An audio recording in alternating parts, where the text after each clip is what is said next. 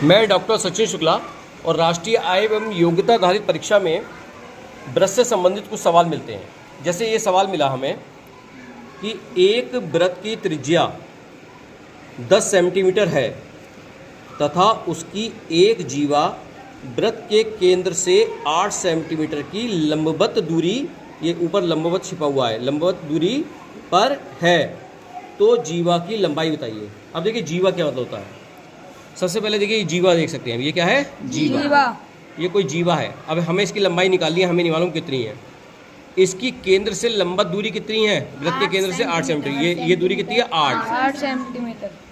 अब हमें जीवा की लंबाई निकालनी है। अब हमें पता है व्रत की त्रिज्या कितनी है? 10। तो त्रिज्या तो हर जगह बराबर होती है। Yes sir. ये ऐसा करे त्रिज्या, तो ये कितनी है? 10 सेंटीमीटर। कितनी है? 10 सेंटीमीटर। अब देखिए इस त्रिभुज को ध्यान से देखो। ये त्रिभुज कैसा बन गया? कौन सा त्रिभुज कहलाएगा? ये समकोण त्रिभुज। और तो यहाँ पे कौन सी प्रमेय लगेगी? पाइथागोरस की। कि यहाँ पे सीधे सीधा फार्मूला लगाएंगे कि कर्ण पे बना वर्ग बराबर होता है किस पे? आधार और लंब। आधार। इसे आधार को इतना यहाँ से लेके यहाँ तक x मान लिया, मान लो आपने, तो यानी आधार पे बना वर्ग प्लस लंब पे बना वर्ग। अब 10 का वर्ग कितना हो गया? 100 बराबर x स्क्वायर, और 8 का स्क्वायर कितना? 64। अभी 64 इधर आया तो 100 माइनस 64 बराबर x स्क्वायर, तो ये कितना रह गया? 36। 36 बराबर क्या हो गया? x square.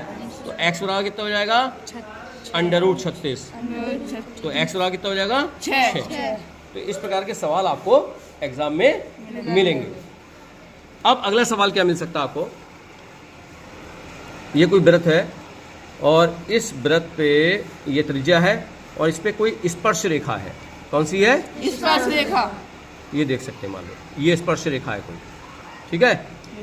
ऐसी यहाँ पे भी एक है और इस पे भी एक स्पर्श रेखा है। इसका नाम दे दीजिए ABC और इसको O दे दो, चलो यहाँ C दे दो। अब वो ये पूछ सकता है आपसे कि ये कोण आपको दे रखा होगा, मान लो, है ना। मान लीजिए ये कोण दे रखा है उसने आपको 70 डिग्री। कितना दे रखा है? 70।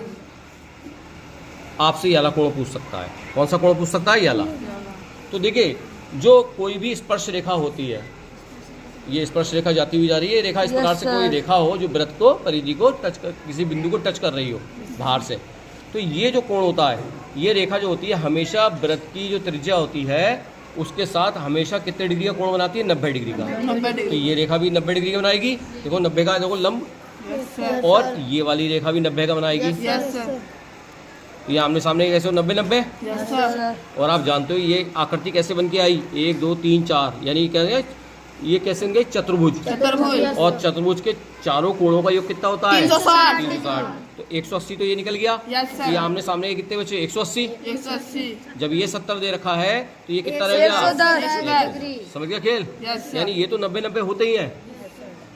ये आपको पता लगी गया। अब आपको सवाल ऐसे ही मिल सकता है। मान लो ऐसे चित्र मिल जाएगा आपको, ऐसे करके, ये ऐसे करके चित्र मिल गया आपको, है। और ये वाला कोण दे देगा वो, ये कोण उसने दे दिया। अभी इधर वाली नहीं बनाई उन्होंने स्पर्श रेखा, मान लो ये दे दिया उसने 40 डिग्री। कितना दे दिया? 40 डिग्री, है ना।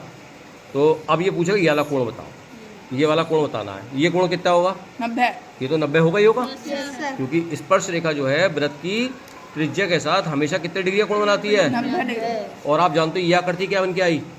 त्रिभुज।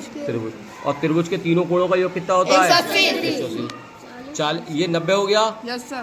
तो इन दोनों का योग कितना बचा? 90। तो 40 ये है, तो ये कितना बचेगा? 50। तो इस प्रकार के क्वेश्चन आपको राष्ट्रीय आय एवं योग्यता आधारित परीक्षा में मिलेंगे, जिसका आप फोटो यहाँ पे क्लिक कर सकते हैं। धन्यवाद।